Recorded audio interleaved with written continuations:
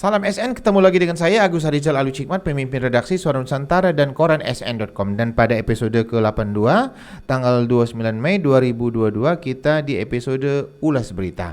Dan Ulas Berita biasanya saya ditemani redaktur pelaksana Dedi Suhendra. Assalamualaikum Dan. Waalaikumsalam Kak. Ketemu lagi kita ya. Dan ini jelang awal pekan ya. Dan kita akan ulas berita. Tadi udah kita sepakati sebelum rekaman ada beberapa sesi ya. Ya, sesi pertama itu tentang persidangan dugaan korupsi Masjid Sriwijaya.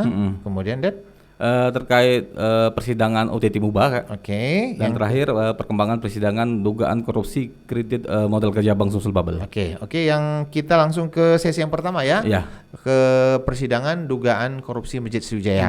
Setelah minggu lalu itu agendanya apa, Det? Tuntutan ya. Dan tuntutan udah kita ulas berita sebelumnya ya. Benar. Dan ternyata berita tuntutan tersebut viral ya di koran SN.com dan menjadi berita yang ditunggu ya.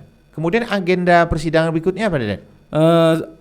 Pada sidang berikutnya agendanya pembelaan ya, dan itu dibacakan oleh majelis hakim. Usai jaksa penuntut umum dari Kejagung dan Kejati Sumsel membacakan tuntutan untuk dua terdakwa di perkara Masjid Sriwijaya dan PDBDE dan dua terdakwa lagi di perkara PDBDE Sumsel. Sudah teragenda ya? Sudah teragenda. Kemudian hal yang menarik kita ulas dikit dulu ya. Di tuntutan sebelumnya, sebelum hakim membacakan agenda persidangan berikutnya. Hal menarik ya terkait tuntutan ini ya, tuntutan untuk dua terdakwa dari perkara Masjid Sriwijaya dan PDBDE Sumsel ini kan digabung ya perkaranya. Tuntutnya cukup tinggi ya, di mana kedua terdakwa ini dituntut oleh jaksa penuntut umum dengan pidana 20 tahun Kak. Dan ini menjadi membuat orang terkejut ya? Ya, terkejut. Tuntutannya 20 tahun ya. Dan ini banyak yang bertanya ya, mungkin kepada Dedi juga ya. Dan kebetulan kita waktu itu ada di lokasi persidangan ya. Persidangannya sampai jam berapa kemarin, Dan? Sidangnya sampai malam ya. Jam 10 lewatan. Dan berikutnya agendanya tanggal 2 apa itu? Tanggal 2 Juni 2022 agendanya pembelaan dari para terdakwa Kak, dan penasehat hukum. Dan ini mungkin perjalanan panjang dari persidangan dugaan korupsi Masjid Sriwijaya ya. Jadi bisa ceritakan sedikit aja ulasan beritanya. Dalam perkara ini Kejati Sumsel sudah menetapkan 12 tersangka Kak ya. Dari 12 tersangka ini 10 sudah divonis oleh hakim pengadilan Tipikor Palembang di tingkat pengadilan Tipikor Palembang, dan saat ini diantaranya masih ada proses di Kasasi Mahkamah Agung. Nah, yang duanya lagi ini masih dalam proses persidangan yang kemarin dibacakan tuntutannya oleh jaksa penuntut umum di persidangan. Tentang fee, Ded ya. Ini menjadi menarik ya. Jadi bisa ulas sedikit tentang persidangan kemarin? Membahas masalah fee? Iya Kak, di persidangan ini jaksa penuntut umum kan menghadirkan alat bukti ya. Alat bukti berupa catatan yang ditemukan saat penggeledahan di salah satu rumah terdakwa yang sudah divonis. Nah, di alat bukti inilah yang dihadirkan oleh jaksa penuntut umum yang disamakan dengan pembukuan keuangan dari pihak kontraktor, di mana menurut jaksa penuntut umum ada kesamaan yang dikaitkan dengan catatan yang ditemukan tersebut, di mana ada beberapa pihak yang tertulis di situ ya, ditulis di catatan tersebut. Namun di persidangan kan hal itu dibantah oleh para terdakwa ya. Dan untuk berita-berita yang sudah kita sebutkan tadi udah terbit di koran SN.com ya. Dan kita malam hari ini hanya mengulas saja. Dan kita syuting malam ini cukup larut ya. Ini pukul 22 ya. Benar. Kosong atau lewat sedikit lah ya. Dan untuk ulas berita berikutnya, sesi berikutnya apa nih, Ded? Kita masuk ke sesi berikutnya ya guys, terkait persidangan OTT Mubah. Silakan Dedi. Agenda terakhir yang Dedi liput. Agenda terakhir yang diliput saksi dari istri dari salah satu terdakwa ya.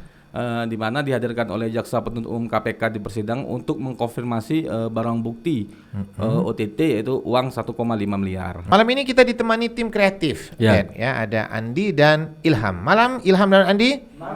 Dan mudah-mudahan rekaman kita malam ini lancar ya. Kemudian kita lanjut ke ulas berita, Det, tentang persidangan OTT KPK Mubah. Agenda persidangan berikutnya apa nih, Det? Terkait persidangan sidang OTT Mubah ini Kak ya. Kita sudah konfirmasi ke jaksa penuntut umum KPK Taufik Ibnu Nugroho, di mana sidangnya besok Kak ya, Senin tanggal 30. Agendanya masih keterangan saksi secara online gitu. Tapi biasanya saksi-saksi dihadirkan secara langsung di persidangan.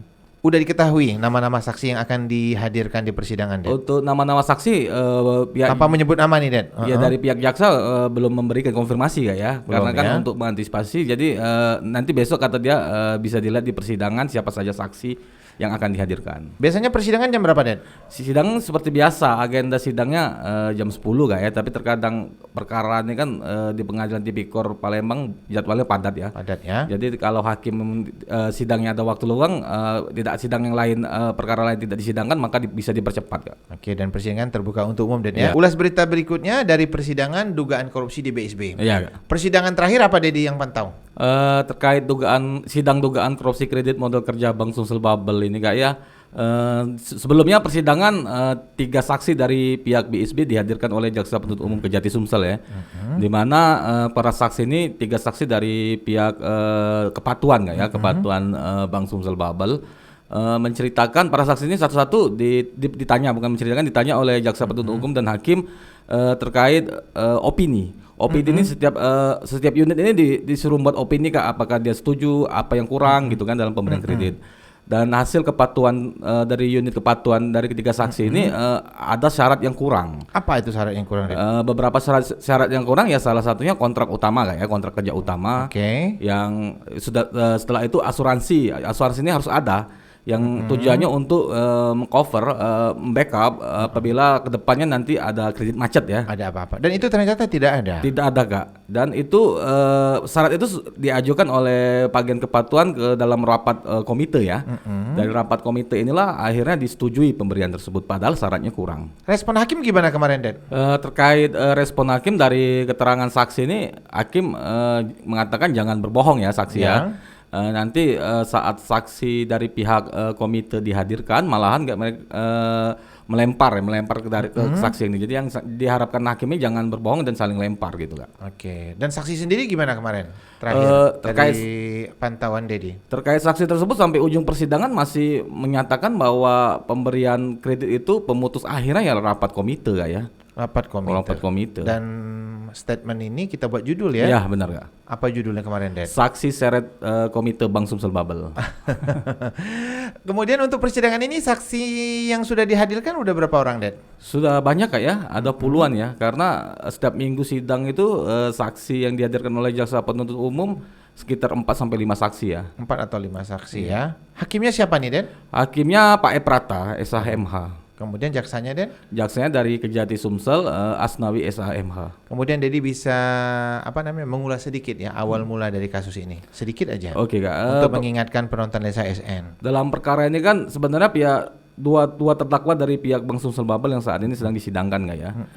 Nah perkara ini pengembangan dari perkara sebelumnya, di mana untuk penerima kredit sudah lebih dulu diponis Kak ya. Nah, dari pengembangan tersebut barulah 2 terdakwa sekarang yang sedang disidangkan. Dan terdakwa ada yang ditahan, ada yang tidak ya? Dari 2 terdakwa ini 1 ditahan, 1 tidak ditahan Kak ya. Yang tidak ditahan ini karena sakit ya. Karena sakit ya. Kemudian dari berita yang kita muat di Suara Nusantara edisi paper dan koran SN.com itu sudah banyak sekali ya reaksi ya dari tokoh-tokoh masyarakat Sumsel ya. Bisa Dedi sebutkan siapa yang berkomentar? Salah satunya ya Pak Susno Duaji ya dari tokoh Sumsel. Assalamualaikum Pak Susno, mudah-mudahan menonton tayangan Lensa SN ya. Kemudian dari Pak Febrian ya. Febrian ada berstatement ya. Assalamualaikum juga untuk Pak Febrian. Semoga selalu sehat dan lancar semua urusan ya. Oke, Dek, kita udah di ujung obrolan dan kalau ulas berita di ujung obrolan kita ada quotes ya. Dan quote kita malam ini adalah jangan berharap banyak dengan manusia, hati insan berubah-ubah, nanti kau kecewa.